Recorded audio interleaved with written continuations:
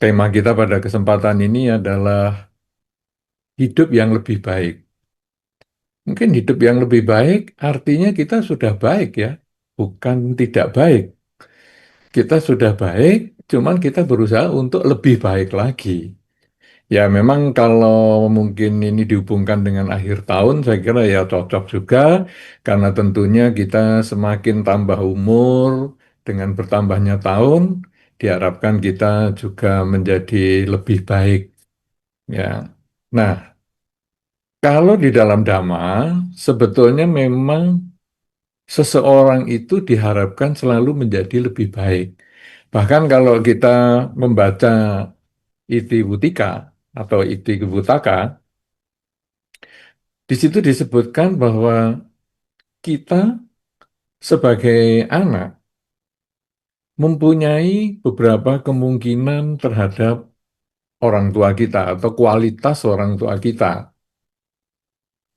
Kalau kita sebagai anak, ada juga yang kualitasnya sama dengan orang tua. Kualitas di sini maksudnya adalah kualitas kebaikan, karena kita berbicara tentang ajaran Buddha, ya, dan Iti Wutaka kan termasuk salah satu bagian dari Sutta Pitaka. Sehingga ada orang tua yang sudah bagus, punya anak yang kurang bagus. Atau kalau dalam istilah kita, orang tua sudah baik, punya anak kurang baik. Kemudian yang kedua, ada anak yang setara kebaikannya dengan orang tua. Jadi orang tuanya baik, anaknya juga baik. Orang tuanya sering ke wihara, anaknya juga sering ke wihara. Kalau tadi yang pertama, anaknya jarang ke wihara dibandingkan dengan orang tuanya yang sering ke wihara. Nah, yang ketiga, kualitas anak lebih baik daripada orang tua. Sehingga kalau tadi dikatakan misalnya orang tua rajin ke wihara, wah ini anaknya malah menjadi samanera, menjadi biku, atau menjadi atasilani yang belum pernah dijalani oleh orang tuanya. Sehingga ada tiga kemungkinan. Seorang anak, kualitas anak terhadap orang tua, kualitas kebajikannya anak terhadap orang tua kurang dibandingkan kualitas kebajikan orang tua, sama dengan kualitas kebajikan orang tua dan lebih daripada kualitas kebajikan orang tua. Nah, artinya sekarang memang diharapkan di dalam Dhamma kita ini selalu ada peningkatan hidup yang lebih baik.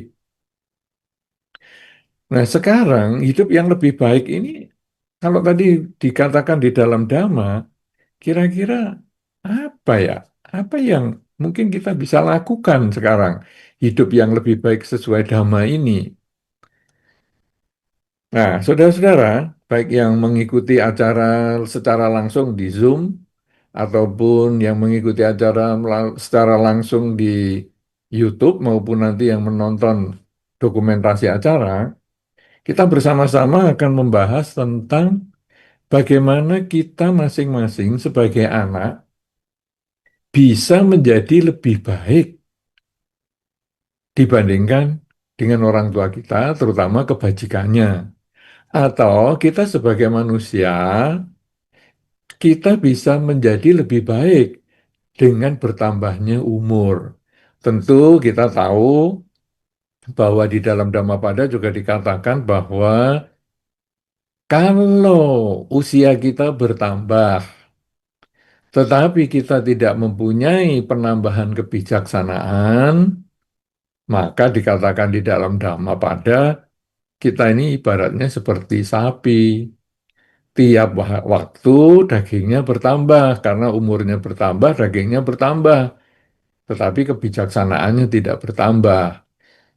Nah, kita tentu berarti punya satu tugas, sebagai pribadi kita harus selalu menjadi lebih baik dibandingkan hari-hari sebelumnya.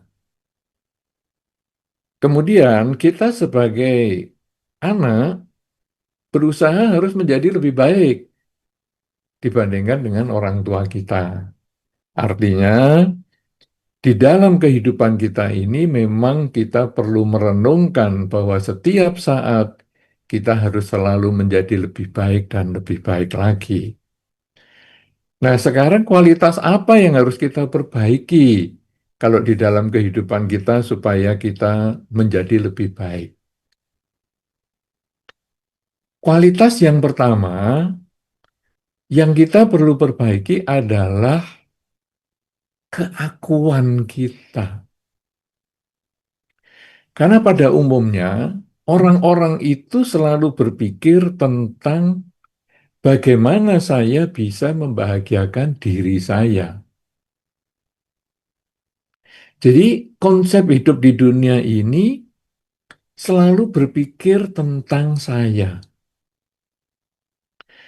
Ketika misalnya saya mengatakan makanan ini enak, maka saya mengatakan enak menurut pendapat saya.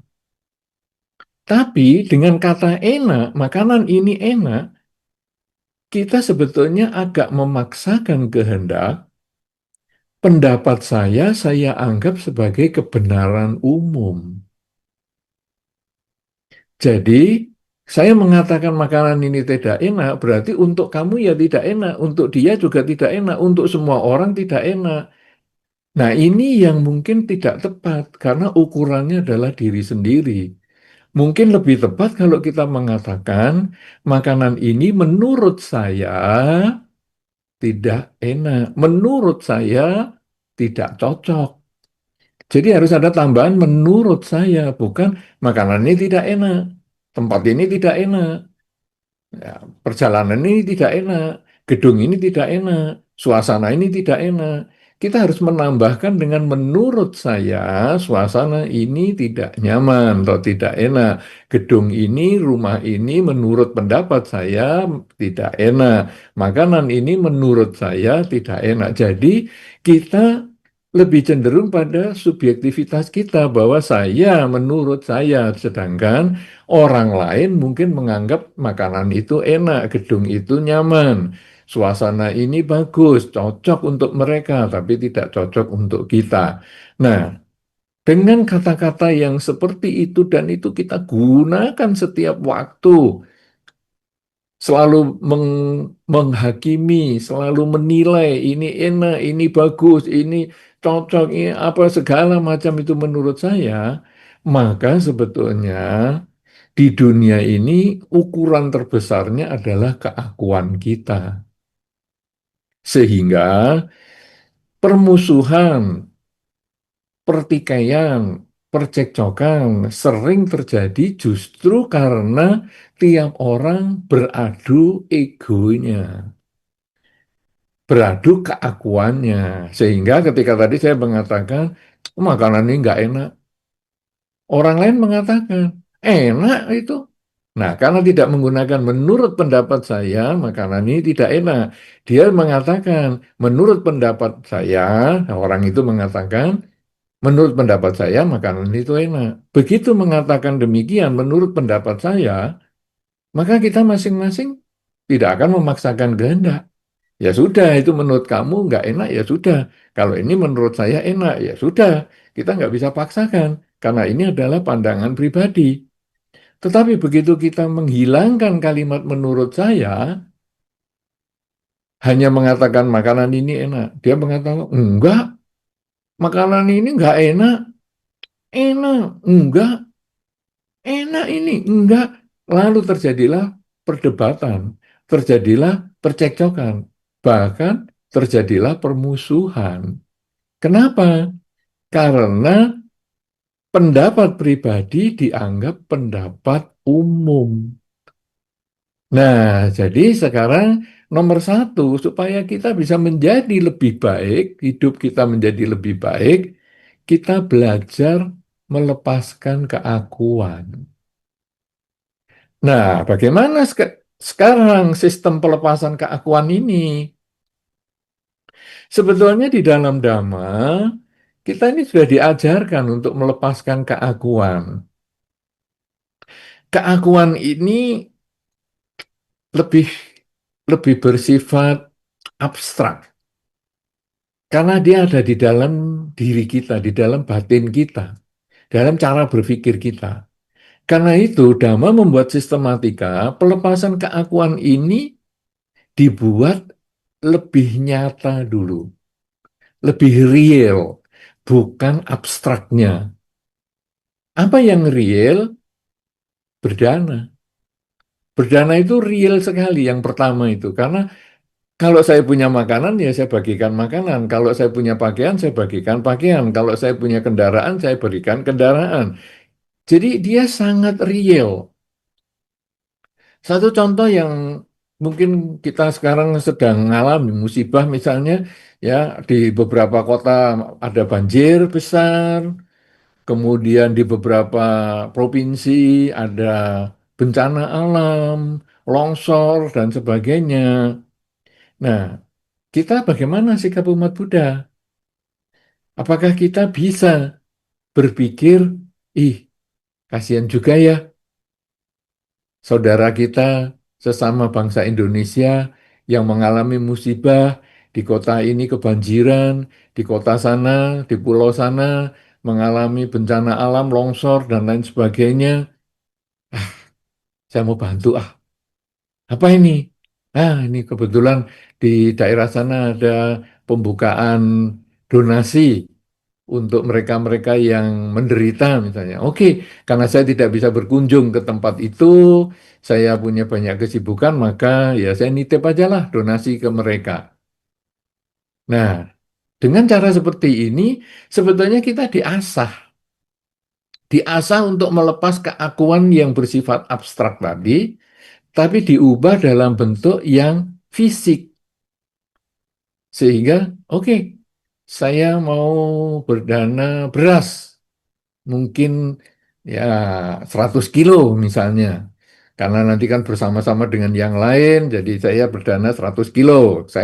Kemampuan saya berdananya 100 kilo. Saya transfer mungkin, atau saya kirim, karena ini kebetulan dekat dengan kota tempat saya tinggal, banjirnya di situ, oke, saya kirim dengan kendaraan yang saya punya, saya drop ke poskonya untuk dibagikan kepada mereka yang membutuhkan. Nah, kelihatannya dengan kita berdana beras, berdana materi, kirim uang, misalnya ditransfer sesuai dengan rekening yang ada di posko itu misalnya, atau berdana minyak goreng, ataupun berdana apa saja, itu sebetulnya kita belajar melepas keakuan. Kenapa? Karena kita bisa juga tidak peduli dengan mereka. Ah, yang penting bukan saya yang kena. Nah, jadi menurut saya makanan ini enak. Sekarang kita sudah tidak mengatakan menurut saya itu bukan satu problem besar. Jadi nggak usah diurus, bukan. Tapi kita kemudian meletakkan diri kita pada kondisi si korban bencana. Seandainya saya jadi dia, gimana ya? Nah, inilah disebut empati. Jadi kita berusaha, saya kalau jadi dia gimana? Kalau dalam bahasa Jawa itu disebut dengan tepo seliro. Tepo seliro itu nepake selirane dewe. Jadi tepo itu nepake itu mencocokkan. Seliro, sarira itu badan. Sarira itu badan, jasmani kita. Jadi mencocokkan dengan jasmani kita seandainya kita berada di posisinya dia. Nah, inilah empati. Aduh, saya kalau ngalami banjir sampai nggak dapat kiriman makan 3 hari 4 hari, aduh menderita sekali. Oke, kalau gitu saya kirim mie instan misalnya atau bahan makanan atau apa. Ya, nah dengan cara seperti ini berarti kita sudah mulai perhatian bukan cuman karena menurut pendapat saya, menurut pendapat saya, tapi sekarang bagaimana menurut pendapatmu? Nah, ini sudah mulai mengurangi keakuan. Bagaimana menurut pendapatmu? Kita mau mendengar kesulitan orang. Kita bisa menghargai pujian orang. Kalau orang menganggap, wah ini bagus, ini enak. Ya oke, kita bisa menghargai itu. Itu karena itu pandangannya dia secara pribadi. Walaupun kita nggak cocok, tapi kita tidak perlu berdebat. Nah, ini adalah dasar yang pertama yang kita harus lakukan agar kita menjadi orang yang lebih baik. Ketika banyak orang hanya memikirkan keakuan, selalu berpikir aku yang benar, ukuranku yang paling tepat, maka aku bisa menyebutkan makanan ini enak, pakaian itu bagus, rumah ini bagus, suasana kota ini cocok, padahal semua harus diawali dengan menurut pendapat saya, tetapi itu lupa dikatakan, menganggap itu sebagai kebenaran umum. Nah, sekarang kita bisa mulai bertanya, menurut pendapat saya kota ini bagus. Menurut pendapatmu gimana? Waduh, semrawut kota ini. Oke, nggak apa-apa, karena memang pendapat kita berbeda. Nah, dengan keakuan kita yang berkurang, yang tadi abstrak, yang kemudian kita bentuk dalam fisik, kita mau berbagi kepada orang lain, maka kita sudah bisa mengurangi permasalahan dalam hidup kita. Baik kita di dalam keluarga, baik kita di dalam masyarakat, kita akan bisa sangat mengurangi problem karena kita menyadari perbedaan pendapat itu adalah kewajaran. Jadi kita tidak perlu memaksakan kehendak pendapat saya harus sama dengan orang lain. Tidak perlu. Pendapat orang lain harus saya terima juga nggak perlu. Kalau saya punya pendapat yang berbeda dengan orang lain, mampu nggak saya menjelaskan pendapat saya ini kepada orang lain? Sampai dia bisa memahami. Masalah dia terima atau tidak itu urusan dia. Tapi kalau dia bisa memahami pendapat saya, berarti saya bisa menjelaskan dengan baik. Kemudian kalau orang punya pendapat yang berbeda, saya juga berusaha untuk menerima, walaupun itu berbeda dengan pendapat saya. Kenapa? Karena seandainya saya menjadi dia, ya pantaslah saya berpikir seperti itu. Nah, inilah yang pertama yang harus kita kerjakan ketika kita mau menjadi lebih baik. Karena kalau yang pertama ini bisa kita kerjakan, maka yang berikutnya yang mau saya sampaikan ini jauh lebih mudah untuk dikerjakan. Tapi kalau yang pertama saja mengurangi keakuan ini sulit dikerjakan, maka yang berikutnya semakin sulit. Karena mengatasi keakuan itu adalah yang utama dan itu yang justru menjadi hal yang harus dikerjakan di dalam ajaran Buddha. Nah, kalau kita bisa berhasil mengurangi keakuan, atau kita masih dalam proses mengurangi keakuan, apalagi yang harus kita lakukan? Nah, apakah saya harus selalu tiap hari mencari berita-berita tentang bencana alam? Ya tentu tidak, karena kita tidak mengharap orang lain menderita untuk melatih keakuan kita. Jadi kita kok udah lama ya nggak ada bencana alam. Wah itu kata yang jahat sekali, nggak mungkin kita ngomong itu. Ya, jadi kita tidak mencari bencana alam, tapi kalau ada bencana alam kita membantu mereka. Nah, kalau gitu gimana ya? Ini tidak lama, tidak ada bencana alam, tidak ada kesulitan-kesulitan di masyarakat. Lalu apa ini? Nah, di dalam pergaulan kita sehari-hari, kita kan ada komunikasi. Komunikasi ini juga salah satu cara untuk mengurangi keakuan. Saudara-saudara, tentu Anda pernah mengalami berbicara dengan orang lain yang suka memotong pembicaraan kita. Nah, tentu itu pernah Anda alami. Jadi ketika Anda mau menjelaskan, begini ya, kemarin saya itu mau ke, sebentar ini omongan saya lebih penting. Wih, kita ya jadi agak agak kaget dengan pemotongan kalimat dia itu. Atau kebetulan kita ada beda pendapat, kemudian kita mau menjelaskan, dia main potong aja, main potong aja, main potong aja. Jadi kita nggak sempat menjelaskan apa-apa. Nah, sebetulnya melatih mengurangi keakuan itu juga bisa dengan cara dalam komunikasi seperti itu. Misalnya, ketika orang sedang ngomong, mampu nggak kita menunggu dia sampai selesai ngomong? Atau kita sudah menggebu-gebu mau ngomong ini. Mampu nggak kita nunggu? Kalau kita mampu nunggu sampai selesai ngomong, maka berarti kita bisa ngurangi keakuan kita sedikit demi sedikit. Anda boleh bayangkan ketika Anda sedang telepon. Telepon mungkin tentang pendapat yang berbeda atau hal-hal yang lain. Kira-kira kalau Anda ngomong terus dia juga ngomong, ngomong bareng, apa yang bisa terdengar di dalam telepon itu? Nggak ada tuh yang bisa didengar. Sama bahkan kita dalam media online Zoom ini aja. Kalau Anda ngomong semua, ngomong bareng, ya nggak bisa didengar juga semua. Makanya ketika tadi Anda masuk di dalam atau bergabung dalam Zoom kita ini, ada penjelasan yang mengatakan bahwa moderator berhak mematikan mic kita masing-masing. Kita sepakat untuk itu. Kenapa? Karena kalau semua membuka mic, terus ngomong, ataupun ada yang mic-nya waktu bergabung itu mic-nya terbuka atau on, kemudian ada keluarganya yang ngomong, atau mungkin anjingnya menggonggong, dan lain sebagainya. Wah, kita juga jadi terganggu semua. Kenapa? Karena bareng-bareng ngomong, bareng-bareng bersuara. Tapi kita harus bergantian. Nah, ini sebetulnya mengajarkan kepada kita untuk mengurangi keakuan. Mampu nggak kita sekarang dalam kehidupan sehari-hari menunggu sampai orang lain itu selesai berbicara?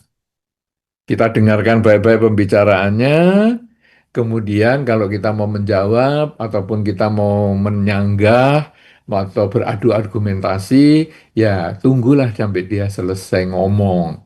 Jangan main potong. Karena dengan HP, handphone, kita sudah diajarkan untuk tidak main potong. Dengan media sosial ataupun media komunikasi Zoom seperti ini, kita sudah belajar untuk bersabar untuk tidak ngomong sebelum diizinkan, misalnya raise hand lah atau apa. Nah, jadi dalam kehidupan kita sehari-hari kita juga harus belajar berbicara dengan baik. Tunggu sampai dia selesai, jawab dengan baik, pilihlah kata-kata yang baik, kata-kata yang tidak menyakiti orang, juga kata-kata yang tidak menghakimi orang. Kenapa begitu? Karena menghakimi orang itu berarti masih berbicara tentang ego kita. Kita tadi kalau ngomong misalnya, oh pakaian ini bagus. Padahal menurut pendapat saya pakaian ini bagus. Tapi kita ngomong pakaian ini bagus. Orang ngomong, mana pakaian gitu bagus? Terus kita menghakimi dia. Ah, kamu memang seleramu rendah. Dasar kamu. Ah, kamu memang pendidikannya rendah. Nah, ini kita menyerang pribadi orang, menghakimi pribadi orang. Padahal kalau kita berada di posisinya dia, mungkin dia akan punya pandangan yang seperti itu adalah masuk akal. Pakaian ini bagus. Enggak, bagusnya enggak bagus. Oh ya, enggak apa-apa. Ya sudah.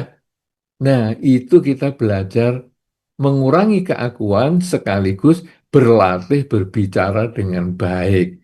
Jadi ketika ngomong itu ya sopan, oh ya enggak apa-apa, kalau memang menurut kamu enggak baik, ya enggak masalah, karena kita memang punya pandangan yang berbeda. Nah, ini kalau dalam pergaulan kita bisa seperti itu, maka kita ini sudah memperoleh hidup yang lebih baik. Kenapa? Karena kita mengurangi musuh. Dalam beberapa kesempatan kita tahu bahwa musuh itu hanya terjadi kadang-kadang karena kita salah omong. Kalau di dalam media sosial, kadang kita salah pencet. Sehingga orang mengatakan ibu jari atau jempol kita ini lebih cepat daripada otak kita. Bahwa sudah ngetik-ngetik-ngetik langsung desain baru nyesel. Ya, sudah terlanjur. Nah, kenapa? Karena kita tidak terbiasa untuk berbicara yang baik. Sehingga di media sosial jadi tidak juga berbicara atau menulis yang baik.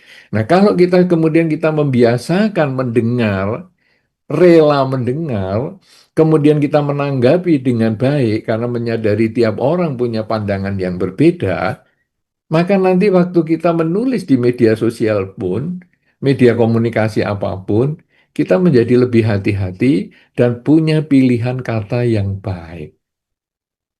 Nah, ini adalah yang kedua yang bisa kita lakukan setelah keakuan kita perbaiki pelan-pelan dengan tadi kerelaan yang bersifat fisik yang akhirnya tahu bahwa semua itu adalah keakuan kita. Kalau kita punya pandangan tertentu, pendapat tertentu hanya keakuan kita. Sehingga kalau orang lain berbeda, maka kita pakai cara yang kedua, ucapkan kata-kata yang manis, kata-kata yang baik, tidak perlu menyakiti, karena kalau menyakiti itu ada orang mengatakan begini, kalau Anda dihina, atau Anda mendengar kata-kata yang menyakitkan, maka itu akan diingat sampai puluhan tahun.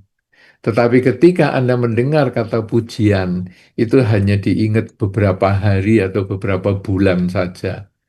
Coba kita renungkan masing-masing di diri kita, benar nggak? Apakah Anda masih ingat Anda yang dipuji sama si A, si B, si C? Mungkin Anda hanya ingat sekali, dua kali, ataupun banyak yang lupa. Tetapi ketika Anda ditanya, apakah yang pernah berkesan, hinaan, ataupun celaan yang Anda pernah dengar tentang diri Anda dan Anda ingat sampai hari ini? Mungkin Anda akan mengeluarkan kata-kata yang pernah didengar waktu kecil. Karena saya pernah bertemu dengan seseorang yang tidak mau berkumpul dengan orang tuanya. Dia selalu pergi, tidak pernah di rumah. Dia kemudian pergi ke luar kota, kerja di luar kota, jarang pulang, bahkan tahun baru pun tidak pulang. Seperti tadi dikatakan ada hari libur atau tahun baru atau apa, dia tidak pernah pulang. Dan satu ketika ada kesempatan untuk cerita, saya tanya, kenapa kamu kok jarang pulang, jarang komunikasi dengan orang tuamu? Karena saya sakit hati. Loh, kenapa sakit hati?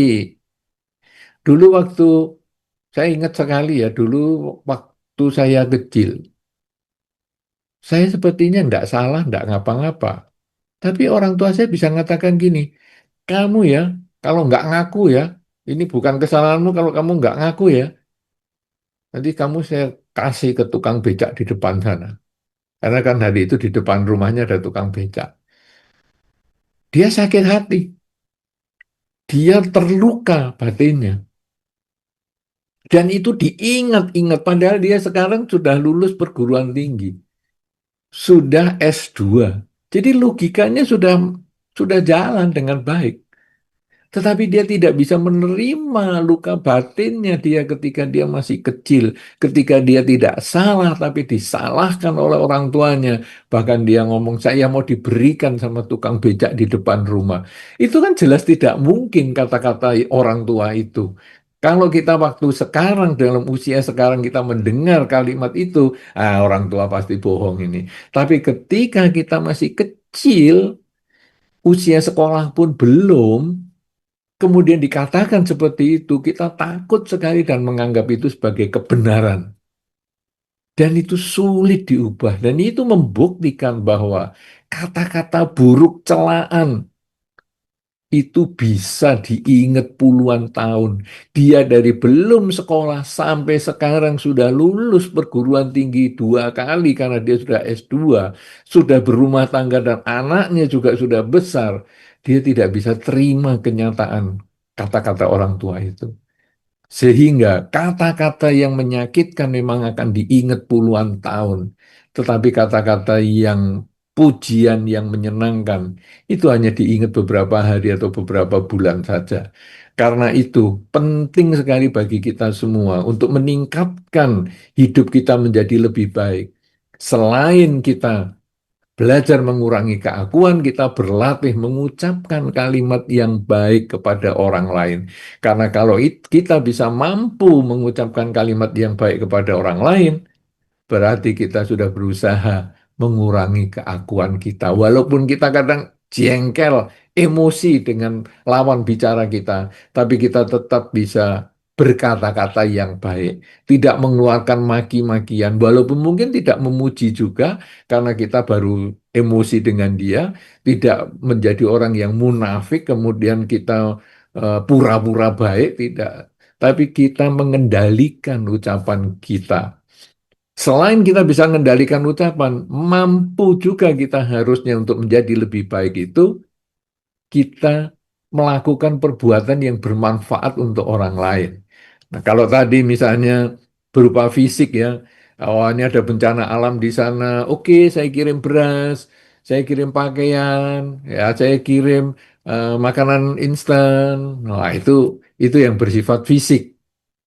Kemudian kata-kata, ini sudah mulai yang bersifat abstrak karena ini hanya kata-kata, Bu. Kemudian yang ketiga ini lebih lagi yaitu tenaga kita. Mampu nggak kita membantu pihak lain dengan tindakan-tindakan kita? Misalnya ketika di wihara ada kegiatan, kemudian kita membantu mengatur tempat duduk, ya, busa-busa tempat duduk itu, atau kita membersihkan lantainya, membersihkan altarnya, membersihkan toiletnya, misalnya, membersihkan kamar-kamar tamunya. Kalau kita mampu melakukan tindakan-tindakan yang bermanfaat itu, ini sebetulnya adalah mengurangi ego kita. Sekaligus sebetulnya itu adalah melakukan kebajikan. Jadi kalau tadi yang pertama kita bisa mengembangkan kerelaan itu juga kebajikan, yang kedua itu bisa berkata-kata yang baik itu juga kebajikan, kemudian kalau yang ketiga membantu orang lain secara fisik, ini juga kebajikan. Dan tentu kita akan tahu bahwa kalau kita memperbanyak kebajikan, memperbanyak karma baik, tentu buah kebahagiaan akan datang pada kita. Hidup yang lebih baik dapat kita wujudkan karena buah kebajikan kita mencukupi, cukup banyak.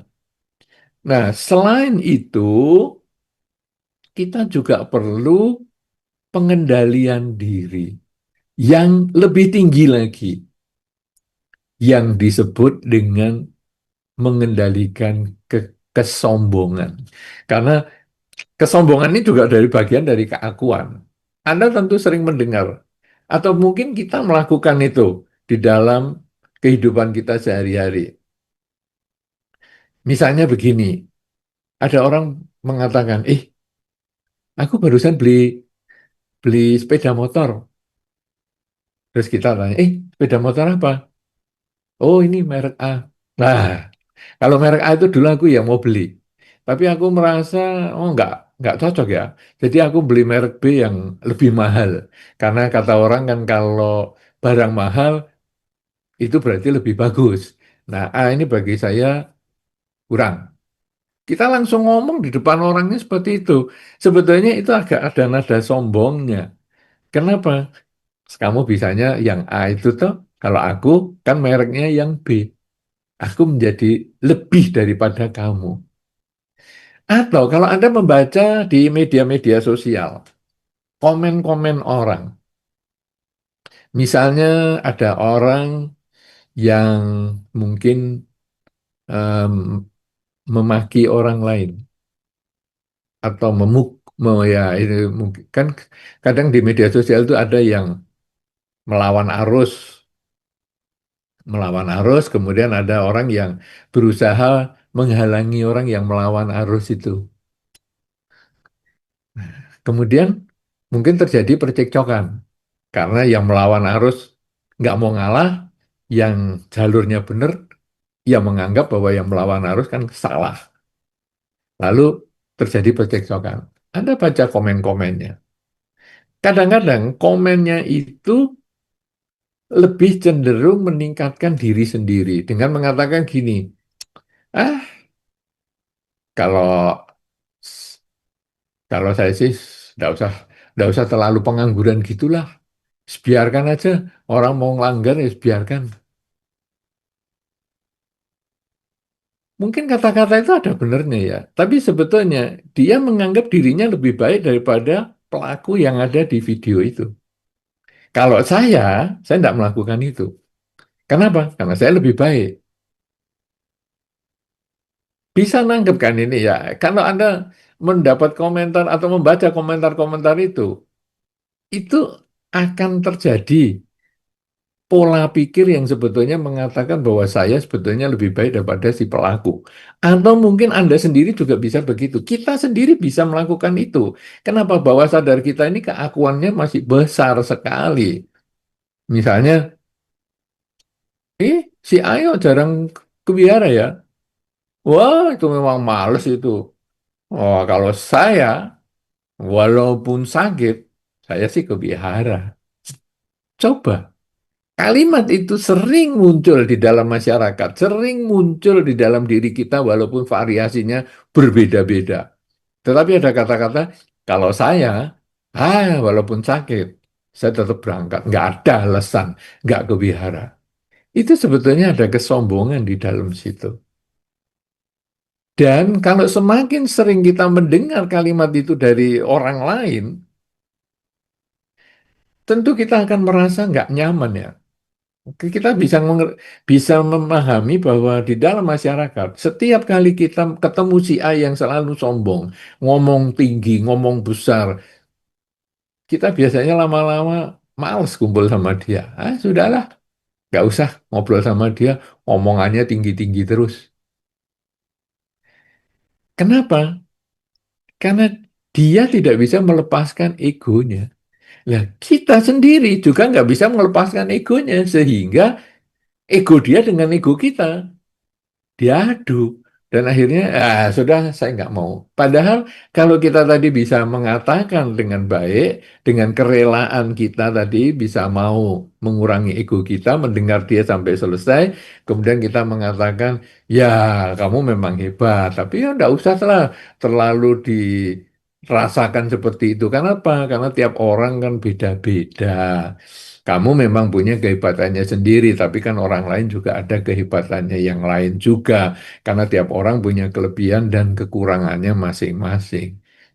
Nah, dengan cara begitu kita bisa menasihati orang yang punya keakuan ataupun yang punya kesombongan tersebut. Nah, saudara-saudara, kalau kita bisa punya empat hal ini, kita bisa melakukan empat hal ini, maka selain kita menambah kebajikan, tentu kualitas diri kita menjadi lebih baik. Yang pertama tadi adalah kita mengurangi ego kita, keakuan kita yang jelas. Ya, makanya kita harus banyak berbuat baik secara materi, secara fisik kita berbuat baik kepada mereka yang memerlukan. Kemudian yang kedua, kita berusaha menyusun kata-kata yang baik, mampu mendengar dengan baik dan berbicara dengan baik, dengan sopan, karena kemampuan kita menunggu orang lain selesai berbicara itu adalah latihan mengurangi keakuan. Merumuskan kata-kata yang baik dan tidak menyakiti itu juga merupakan latihan mengurangi keakuan. Kemudian yang ketiga adalah melakukan perbuatan yang bermanfaat untuk orang lain sehingga orang lain merasa mendapatkan bantuan dari kita. Misalnya hanya membantu menyapu, membantu mengepel, membantu memikirkan kesulitan orang lain. Itu adalah sangat bermanfaat. Dan yang keempat adalah mengurangi kesombongan kita. Karena kesombongan itu walaupun halus, misalnya tidak dikatakan ya, misalnya mengatakan, kalau saya sih tidak seperti itu. Sebetulnya itu adalah kesombongan yang tidak terkatakan dengan jelas, tapi sebetulnya secara halus itu adalah merupakan kesombongan.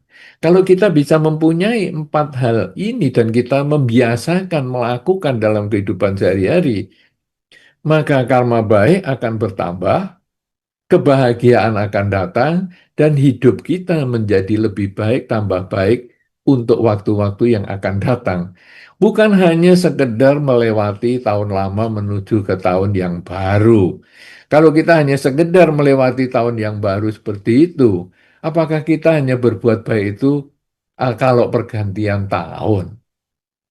Tapi kita harus berbuat baik itu setiap saat. Kenapa? Saya yang tadi harus saya perbaiki menjadi saya yang sekarang, dan saya yang sekarang nanti akan saya perbaiki lagi untuk saya yang nanti. Jadi setiap saat kita akan jadi lebih baik, dan lebih baik. Kenapa? Karena tema kita adalah hidup yang lebih baik, bukan ganti tahun yang lebih baik. Kalau hidup yang lebih baik, hidup itu kapan? Hidup itu adalah saat ini. Tadi kita pernah hidup, tapi sudah tidak hidup karena kita tadi 1 jam yang lalu kita pernah hidup, tapi kembali ke 1 jam yang lalu kita sudah tidak bisa karena itu hanya kenangan aja. Nanti kita akan hidup, nanti 1 jam lagi kita akan hidup, tapi belum tentu hidup. Karena kehidupan itu tidak pasti, kita bisa mati setiap saat. Jadi 1 jam lagi kita belum tentu hidup. Hidup adalah saat ini. Karena saat ini adalah hidup, maka tema kita hidup yang lebih baik, berarti saat ini kita harus selalu lebih baik, lebih baik, lebih baik daripada saat-saat yang sebelumnya. Dan 4 cara tersebut akan mengkondisikan kita menjadi lebih baik setiap saat. Nah, inilah yang mungkin saya perlu sampaikan dalam kesempatan pertemuan kita ini dalam tema kita hidup yang lebih baik. Mudah-mudahan memancing kita untuk berdiskusi sehingga dalam beberapa menit yang disediakan nanti oleh panitia akan menjadi kesempatan yang terbaik bagi kita untuk meningkatkan kualitas diri kita dalam pengertian pelaksanaan ajaran Sang Buddha. Saya kira demikian. Terima kasih atas perhatian Anda dan kemampuan Anda untuk menunggu, berarti juga berusaha untuk mengurangi keaguan. Dan saya kembalikan kesempatan ini kepada Romo Hirman. Terima kasih. Silakan Bante. Iya, sebetulnya tema kita kan hidup yang lebih baik. Sehingga kalau pertanyaannya, bagaimana ya hidup kita lebih baik? Loh ya ini tadi uraiannya. Nah, tetapi juga baik itu dalam pandangan apa? Apakah tujuan hidup Anda? Apakah pandangan Anda terhadap kehidupan ini? Karena baik dan tidak baik itu kadang dipengaruhi oleh keinginan saya tercapai atau tidak. Ini kan keakuan tadi ya. Ukurannya kan diri sendiri. Kalau tadi saya berbicara pakaian bagus, tidak bagus, cocok, nggak cocok, dan lain sebagainya. Hidup juga sama sebetulnya kalau kita mau perluas, yaitu hidup ini bagi saya kok tidak baik ya. Loh, kenapa? Misalnya, saya sakit-sakitan. Oh, oke. Berarti konsep tidak baik itu karena saya sakit-sakitan. Berarti sekarang mampu nggak kita mengubah sakit-sakitan itu, kondisi sakit-sakitan itu, tapi dengan cara berpikir yang berbeda. Ini ibaratnya eh, mungkin kalau kita berbicara tentang waktu tempuh, waktu tempuh ya. Jadi misalnya dari Blitar menuju ke Surabaya, atau Surabaya ke Blitar, katakanlah 4 jam. Surabaya Blitar 4 jam. Kemudian Anda sam, baru jalani 1 jam. Jadi dari 4 jam baru terlaksana 1 jam. Ini kan ada kurang 3 jam. Nah pola pikir kita bagaimana nih?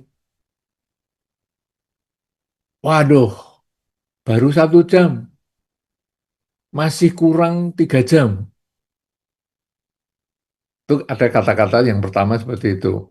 Baru 1 jam, kurang 3 jam. Kata-kata yang kedua, sudah 1 jam, tinggal 3 jam. Apa coba yang terjadi dalam diri kita? Pola pikir kita. Kan sama kejadiannya. Perjalanan dari Surabaya ke Blitar 4 jam. Sudah dijalani 1 jam. Pola pikir yang pertama, baru 1 jam. Baru 1 jam. Masih 3 jam. Yang kedua, sudah 1 jam. Tinggal 3 jam. Pola pikir ini sebetulnya ada yang berbeda.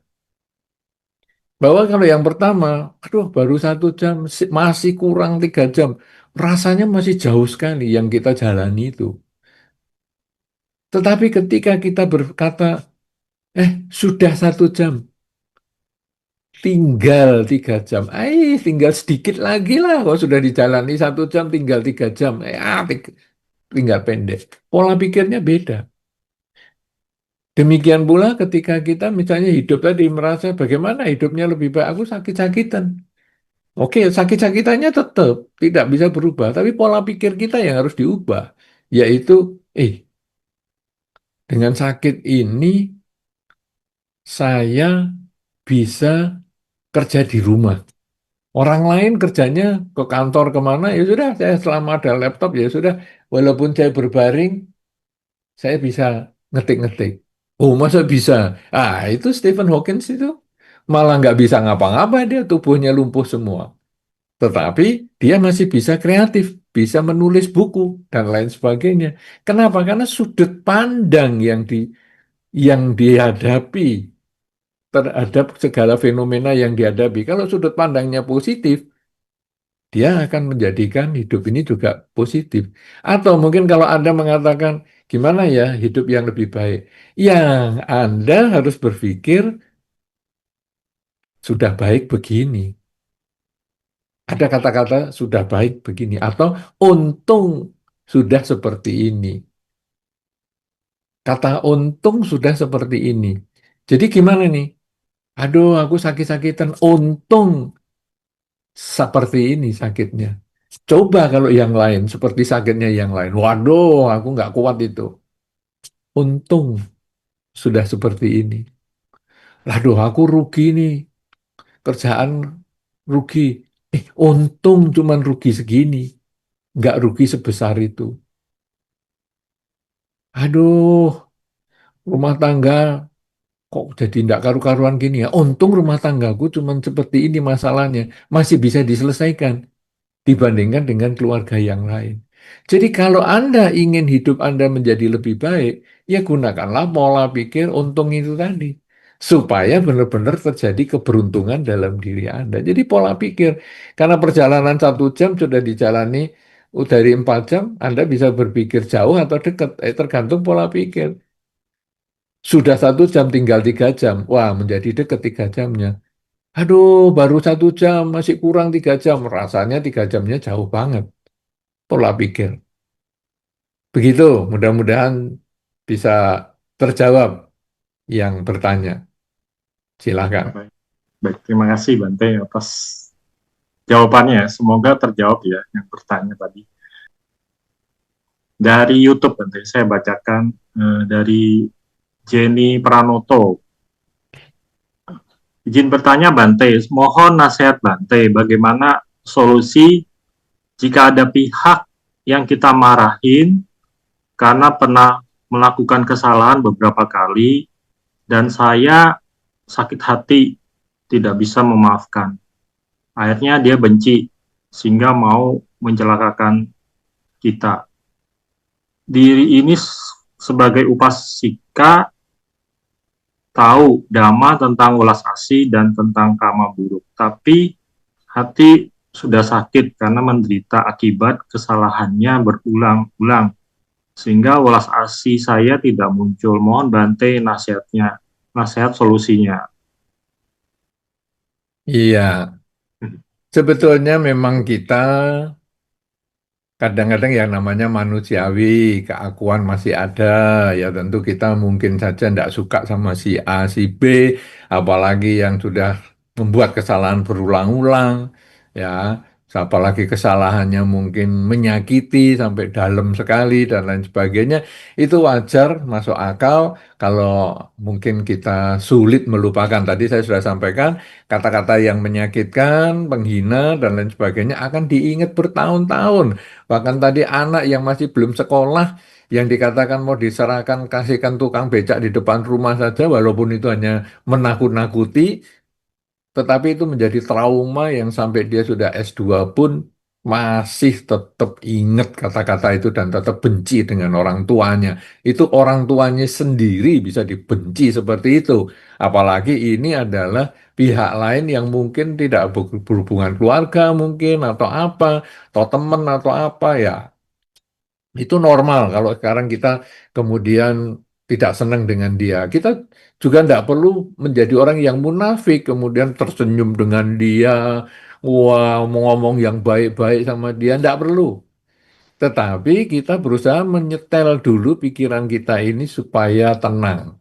Caranya gimana? Tiap kali kita kepikir dia, ucapkan dalam batin kita kalimat, semoga semua makhluk bahagia. Jadi bukan mendoakan dia bahagia, karena mungkin kita masih jengkel. Tapi kita juga tidak mengatakan semoga semua makhluk kecuali dia bahagia juga enggak. Jadi kita tidak khusus dia bahagia, tidak. Khusus dia kecuali dia itu juga tidak. Tapi kita cukup mengucapkan semoga semua makhluk bahagia. Kenapa? Semua makhluk itu kan saya juga makhluk, semoga saya bahagia. Keluarga saya makhluk, semoga keluarga saya bahagia. Lingkungan saya makhluk, semoga lingkungan saya bahagia. Sudah, dengan sering ngomong aja, semoga semua makhluk bahagia. Tapi kan itu omongan di mulut aja, enggak apa-apa. Karena pertama, tentu omongan di mulut itu terus hanya seperti pengulangan, pengulangan, pengulangan. Tapi jangan lupa, pengulangan-pengulangan yang terus-menerus itu bisa masuk ke bawah sadar. Jadi, kita hanya cukup mengucapkan tiap kali emosi, jengkel sekali ya. Semoga semua makhluk bahagia. Semoga semua makhluk bahagia. Semoga semua makhluk bahagia. Mungkin belum bisa memaafkan. Tidak apa-apa. Walaupun sebetulnya orang memaafkan itu bukan untuk orang yang salah. Orang memaafkan itu sebetulnya adalah untuk menenangkan dirinya. Ya, karena kita tidak mungkin lupa dengan sakit yang dia sudah timbulkan itu, tidak mungkin lupa. Tapi kita berusaha nerima itu sebagai kenyataan bahwa itu sudah masa lalu. Tadi saya pernah hidup, tapi sudah tidak hidup. Saya dimaki dia 5 tahun yang lalu. Saya masih ingat sekarang, berarti umur saya sudah tambah 5 tahun. Fisik saya sudah sampai sekarang. Tetapi batin saya ketinggalan di 5 tahun yang lalu. Nah, kalau badan sama batinnya sudah pisah, gimana bisa hidup kita bahagia? Jadi masalahnya memaafkan itu bukan pada si orang yang menjengkelkan itu. Memaafkan itu sebetulnya melepaskan keakuan kita. Karena dia tidak berhak membuat kita menderita. Memaafkan itu sebetulnya menyembuhkan, mengangkat penderitaan kita dari diri kita sendiri. Tidak perlu mengatakan kepada dia juga seandainya Anda tidak kepingin ngomong sama dia. Aku maafkan ya, tidak perlu. Tapi Anda dalam diri Anda menyadari itu kan kejadian 5 tahun yang lalu. Kenapa aku masih mikiri sampai sekarang? Berarti batinku ini ketinggalan di 5 tahun yang lalu. Aku nggak tambah dewasa dengan umurku bertambah, aku nggak tambah dewasa. Nah, tapi sulit nih. Oke, kalau sulit kembali ke saran yang pertama. Tiap ingat yang menjengkelkan dia itu, semoga semua makhluk bahagia, semoga semua makhluk bahagia, semoga semua makhluk bahagia. Kemudian juga mengurangi komunikasi dengan dia. Kalau ketemu, seandainya bisa menghindar ya bagus. Tapi kalau sampai nggak bisa menghindar ya cukup, sudah cukup. Kenapa? Karena orang yang menyakitkan kita biasanya nggak inget. Kita yang ingat dia menyakitkan kita. Dan sebetulnya karena kita ingat, setiap kali mengingat itu setiap kali pula kita menusukkan jarum itu ke tubuh kita sendiri, ke pikiran kita sendiri. Jadi sebetulnya misalnya dia menyakiti kita 5 tahun yang lalu, tapi dalam 5 tahun ini setiap saat saya berpikir tentang dia. Saya berpikir tentang kata-kata dan kelakuannya dia. Berarti setiap saat saya menyakiti diri saya sendiri. Orang lain hanya menyakiti saya sekali 5 tahun yang lalu. Tetapi saya dalam 5 tahun, sepanjang hari, sepanjang waktu, berkali-kali saya menyakiti diri saya terus-menerus dengan kata-katanya dia. Itu kita sebetulnya lebih kejam daripada dia. Dia hanya mengatakan kita sekali, tetapi kita mengatakan kepada diri kita kata yang menyakitkan itu berkali-kali. Makanya kalau kita tidak memaafkan, kita semakin sakit diri kita karena kita terus menusuk diri kita dengan kata-katanya dia. Misalnya dia mengatakan, kamu tuh nggak ada gunanya. Kamu tuh orang yang tidak berguna. Itu hanya kata-katanya sekali. Itu 5 tahun yang lalu dan mungkin dia sudah lupa. Sama dengan ayah yang tadi mengatakan kepada anaknya, kamu kalau nakal-nakal saya kasihkan sama tukang becak di depan. Itu mungkin dia sudah tidak ingat kata-kata itu sorenya pun nggak ingat. Tetapi anak itu ingat sampai dia tua, sampai dewasa, sampai dia punya anak lagi. Nah, demikian pula orang yang mengatakan kamu itu nggak berguna. Itu mungkin sorenya sudah nggak ingat. Kalau Anda ngomong lagi, kamu dulu pernah mengatakan gitu, hah? Kapan? Nggak ingat saya. Nah, tapi kita sejak dikatakan itu sampai 5 tahun kemudian misalnya, selalu ingat, dia mengatakan aku nggak berguna. Jelek. Kalau itu ada pisaunya, itu kita nusuk diri kita sendiri. Jelek. Setiap kali ingat aku nggak suka sama dia. Dia mengatakan sama aku nggak berguna. Jelek. Aku nggak berguna. Jelek. Aku nggak berguna. Jelek, jelek, jelek, jelek, jelek, jelek terus. Lebih luar biasa lagi, kita menceritakan masalah itu kepada orang lain dengan mengatakan, aku benci sekali sama si A. Kenapa? Dia itu loh, bisa-bisanya ngomong, aku nggak berguna. Jelek. Jadi kita malah nyuruh orang lain mengatakan kepada kita, aku nggak berguna. Jelek. Nah, orang itu kemudian tanya, oh ya, kamu dikatakan nggak berguna? Iya, aku dikatakan nggak berguna. Jelek, jelek, jelek. Ngeri sekali. Orang lain hanya sekali, kita berkali-kali, berkali-kali, berkali-kali kita sangat menjahati diri kita sendiri. Tapi begitu kita mampu melepaskan, ya sudahlah, memang kamu dulu seperti itu, mungkin saya dulu juga punya kesalahan apapun juga, sudahlah, pokoknya saya hanya mengucapkan semoga semua makhluk bahagia, semoga semua makhluk bahagia, semoga semua makhluk bahagia. Lama-lama berproses, berproses, berproses, akhirnya kita menjadi lebih tenang. Dan kalaupun ketemu sama dia, kita pun batinnya tetap tenang. Tapi selama kita tidak mengucapkan kalimat itu dan terus kita menyimpan dendam itu, maka yang hancur adalah diri kita sendiri. Jadi apakah kita mau terus kejam dengan diri kita, ataukah kita menjadi lebih baik? Kalau mau menjadi lebih baik, paling mudah adalah sering mengatakan, semoga semua makhluk bahagia, khususnya ketika emosi kita naik, jangan kita mengingat-ingat lagi kata-kata yang menyakitkan dari dia itu, atau kelakuannya dia, tapi segera ucapkan dalam batin aja, semoga semua makhluk bahagia. Mudah-mudahan ini bisa bermanfaat untuk jangka panjang ya, karena kalau jangka pendek, mungkin tentu Anda masih menggebu-gebu, tapi nanti lama-lama ini ya sudahlah, itu sudah masa lalu juga, ngapain gitu. Tanpa harus berkomunikasi dengan dia. Nah, kalau nanti mampu, ya silakan komunikasi. Tapi kalau nggak mampu mengendalikan diri, ya nggak usah ngomong sama dia dulu. Oke.